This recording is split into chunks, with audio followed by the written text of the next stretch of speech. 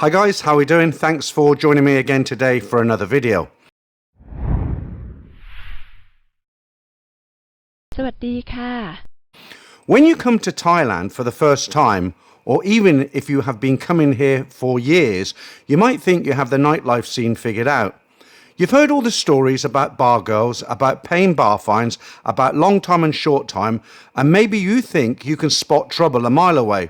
But there is one part of the scene that catches more men out than almost anything else, and that is the freelancer.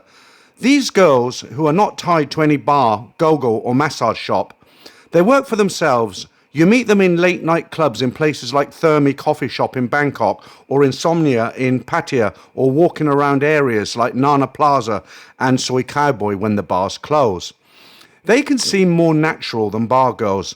They might not wear the same kind of revealing outfits, and they can be very good at making you think they are just regular girls who happen to be out for the night. But when you take a freelancer back to your hotel, you're taking a bigger risk than you might realize, and I'm going to go through it and tell you exactly why. The first and most obvious danger is theft. With a bar girl, there is some kind of paper trail. If something goes wrong, you can go back to the bar and speak to the mama-san or the boss. With a freelancer, there is no one to complain to. She does not have a workplace you can track her to. She has no reason to give you her real name, and the second she leaves your hotel, she can disappear forever. These women know every hiding place you can think of. They are clever enough to find them. I have heard of men hiding money in shoes, behind curtains, inside toiletry bags, and still waking up to find cash gone. Some have even had passports, credit cards, and expensive watches taken. A stolen passport in Thailand means hours or even days spent at your embassy and immigration instead of enjoying your trip. Then there is the risk of being spiked. This is not a made-up story to scare you. It happens more often than you think. A freelancer might offer you a drink she says she bought for herself and pour you one as well. Or she might suggest going to 7-Eleven to buy mixers and come back with something already spiked. The spiked drink, most often used, will knock you out cold, and once you are unconscious, she can take her time going through your things. Some men do not even wake up until the next afternoon and feel they've been in a boxing match. They remember nothing and have no idea how much was taken until they start checking. Another risk is that freelancers sometimes work in teams. You might meet one in a club and take her back, but within a half an hour there's a knock on your hotel door. She might say it's her friend, her sister, or someone she needs to talk to. That friend could be there to distract you while the other one takes your things. In some cases, the man gets pushed back into the room and threatened until he hands over more money. In other cases, the second person never comes into the room but waits outside to follow you the next day when you leave the hotel. Hotels are another thing you need to think about. Most hotels in Thailand are guest friendly and will take the ID of a girl at reception before they let her up to your room. This is for your safety and hers. But many freelancers will resist giving their ID because they know it can be used to find them if there is a problem. If your hotel does not take ID at the desk, you are completely exposed if something goes wrong. The hotel might just shrug and say it's your responsibility. There are also the new scams that have been popping up in the last few years. One of them is the sudden boyfriend phone call. You bring a freelancer back and within 20 minutes her phone rings. She answers in tears and tells you her boyfriend has found out where she is and he is on his way. She panics and says she has to leave but needs money to get out of the situation quickly. She might cry, pretend to be frightened, and act like you are her only hope. Many men hand over large amounts of cash just to make the problem go away, and once she leaves, you never see her again. Another new trick is the emotional bait and switch. She makes you feel like she likes you and is there because she is attracted to you, not just for the money. You might agree on a small amount for her time or even think it's for free, but in the morning she changes completely, saying you owe her money for the whole night and demanding several thousand baht. If you refuse, she starts screaming loudly enough to bring the hotel staff or even other guests to your door, embarrassing you until you pay just to get rid of her. Then there is a fake sickness scam. You spend the night with her, everything seems fine, and then the next day she contacts you saying she is in hospital or her child is sick. She sends pictures, sometimes even fake hospital bills, and asks you to help. If you send her money once, expect more requests to follow.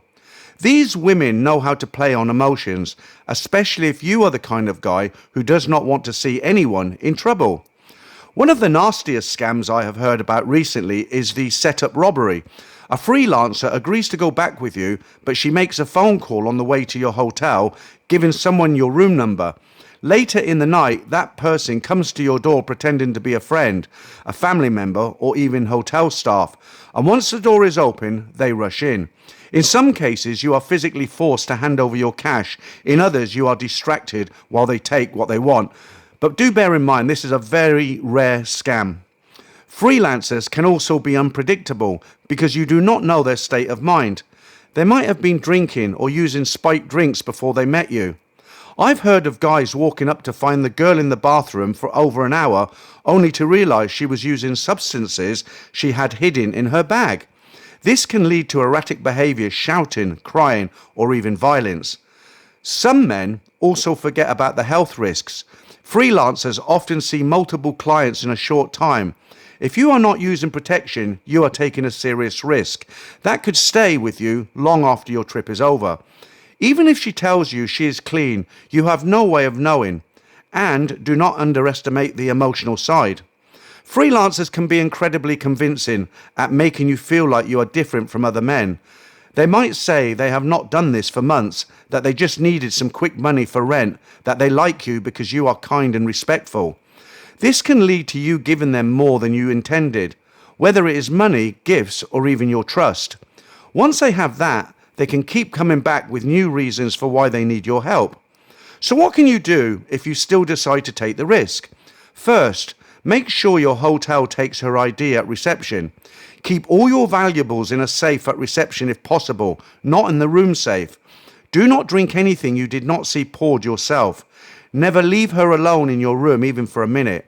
Agree on the price clearly before you go back, and do not let her change it later.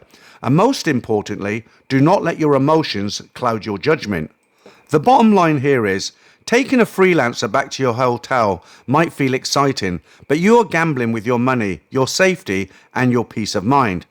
If you are lucky, nothing will go wrong. But if it does, the consequences can be far more than you bargained for. To wrap this up, I want to make it clear that this video is not here to frighten anyone or put you off meeting people. The purpose is simply to make you aware of the risks so that you can take sensible precautions and avoid unnecessary problems. The reality is that the majority of freelancers you will meet in Thailand are actually very pleasant and will treat the person they are with respectfully. Many genuinely look after the guys they spend time with, and they take pride in providing a good service. The small number who will try to rob you or cause you trouble are very much the minority. By understanding the possible risks and knowing how to protect yourself, you can relax and enjoy your time without looking at every girl with suspicion. Most of them are decent people trying to earn a living, and if you approach the situation with both caution and an open mind, you are far more likely to have a safe and enjoyable experience. I hope this video has been helpful, guys. As I've said at the end there, it's not meant to scare anybody, but there are a lot of guys coming to Thailand for the first time. They're not experienced, and everything I've mentioned in the video today is a possibility. It's not likely. Most of the girls are nice girls, but you've just got to be aware of how things can go wrong. Okay, thanks for watching again today, and I'll catch up with another video real soon.